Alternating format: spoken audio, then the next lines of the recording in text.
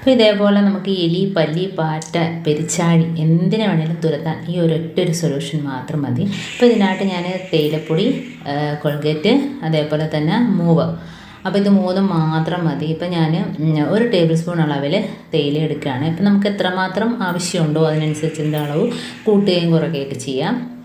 അതേപോലെ പേസ്റ്റും മൂവും കുറച്ച് മാത്രം മതി. അപ്പോൾ ഒരു സ്വല്പം പേസ്റ്റ്, അതിപ്പം ഏത് കളറാണെങ്കിലും പ്രശ്നമൊന്നുമില്ല.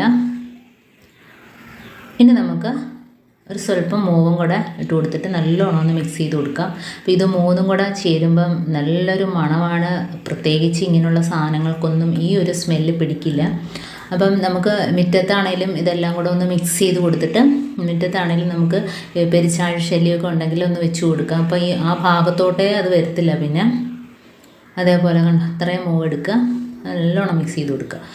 എന്നിട്ട് നമുക്ക് ഒരു കടലാസ് കഷ്ണത്തിലാക്കിയിട്ട് എവിടെയൊക്കെയാണോ ആ ഭാഗത്തെല്ലാം വെച്ച് കൊടുക്കുക. അപ്പോൾ വീട്ടിൽ കിച്ചണിൽ ഒക്കെ നമുക്ക് പല്ലിയുടെയും പാറ്റയുടെയൊക്കെ ശല്യം കൂടുതലായിട്ടുണ്ടെങ്കിലും ഇത് നമുക്ക് ആ ഗ്യാസ് സ്റ്റോപ്പിൻ്റെ അടിഭാഗത്തായിട്ടും, അതേപോലെ നമുക്ക് കബോർഡ് ഉണ്ടെങ്കിൽ അതിനകത്ത് അലമാരയിലൊക്കെ ഇത് വെച്ച് കൊടുക്കാം. അപ്പം ആ ഒരു സ്മെല്ലടിച്ചിട്ട് പാറ്റ, ഈച്ച, അതേപോലെ തന്നെ ചെറിയ പ്രാണികൾ ഇതൊന്നും വരില്ല.